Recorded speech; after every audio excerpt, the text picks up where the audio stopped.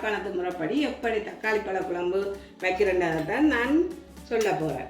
என்னென்னா முதல் தேவையான பொருட்களை பார்ப்போம். என்ன முதல் இதில் தக்காளி பழம் நான் 8 தக்காளி பழம் வெட்டி வச்சிருக்கிறேன்.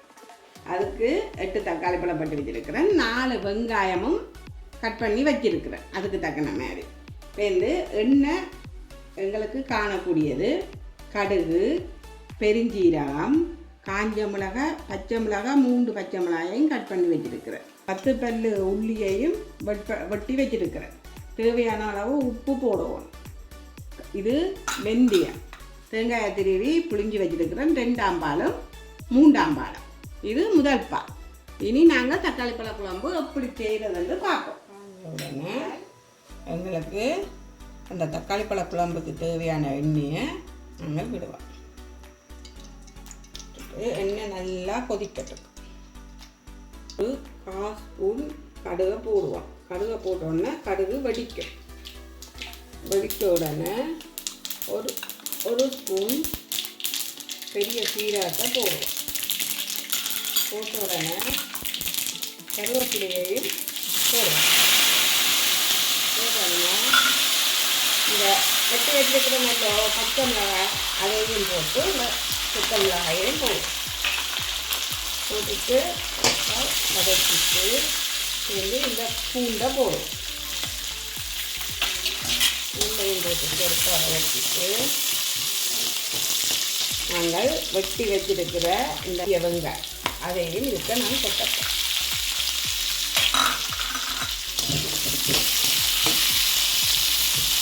கொட்டி நல்லா வதக்குவோம். பொன்னிறமாக வரும் மட்டும் வதக்குவோம்.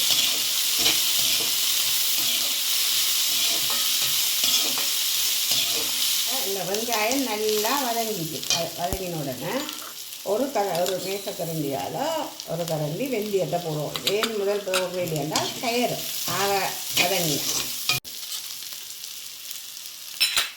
என்ன செய்ய போகிறோம்னா இந்த தக்காளி வெட்டி வச்சிருக்கிறேன்னு இல்லை தக்காளி அதை இருக்க கொட்டப்போம். கொட்டி இதுக்கு ஒருக்கா வதக்கிட்டு தக்காளியை கொட்டி இப்படி வதக்கிட்டு தேவையான அளவு உப்பு போடும். இப்போ ஒரு மசக்கரண்டி உப்பை இப்போ போட்டு வதக்கி விடுவோம். சேர்ந்து பார்த்துட்டு உப்பு சேர்ந்து போடுவோம்.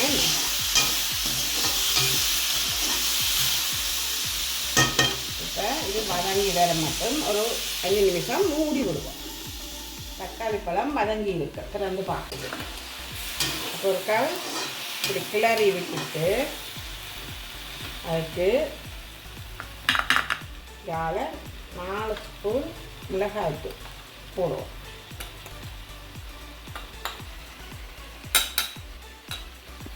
வச்சுட்டு அதையும் ஒரு கால் மிக்ஸ் பண்ணி விடுவோம்.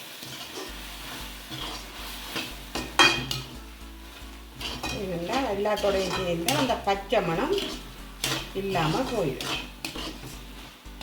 2ஆம் பால் 3ஆம் பால் இருக்கல்லோ அதை விட்டு ஒரு கொதி வர மட்டும் ஒரு கலக்கி விட்டுட்டு மூடி விட போகிறோம். ஒரு 5 நிமிஷம் இது ஒருக்கா மூடி விடுவோம். அப்படின்னா நல்லா கொதித்து வந்துடுவோம்.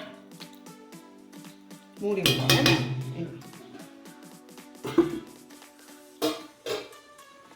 இப்போ 5 நிமிஷம் ஆகிட்டு ஒருக்கா திறந்து பார்ப்போம். மொத்தம் பார்த்தீங்களா நல்லா கொதித்து வந்துடும். கொதித்து வந்தால் ஒருக்கா கிளறி பார்ப்போம். கிளறி பார்த்தால் இனி முதலாம் பால் விடுவோம். என்ன முதலாம் பால் எவ்வளோ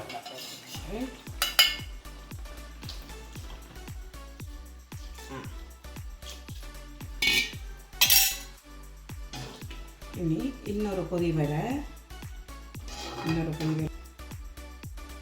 இனி முதலாம் பால் விட்டாச்சு. இன்னொரு கொதி வர மட்டும் இதை மூடி விடுவோம்.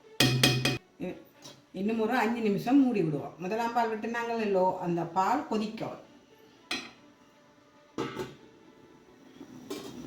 இப்போ கொதிச்சிருக்கு. அப்போ மெதுவாக திறந்து பார்ப்போம். பார்த்தீங்களா நல்லா கொதிக்கும். கொதிச்சா கிளறி பார்ப்போம். கிளறி பார்த்தா நல்லா கொதிக்கும். நல்லா இருக்க. இனி நாங்கள் அடுப்பை நிப்பாட்ட போகிறோம். அது நிப்பாட்டைக்கு முன்னம் ஒரு கொஞ்சம் கருவேப்பிலை எடுத்து ஒரு மெல்லிசாக போட்டுட்டு இனி அடுப்பை ஓப்பன்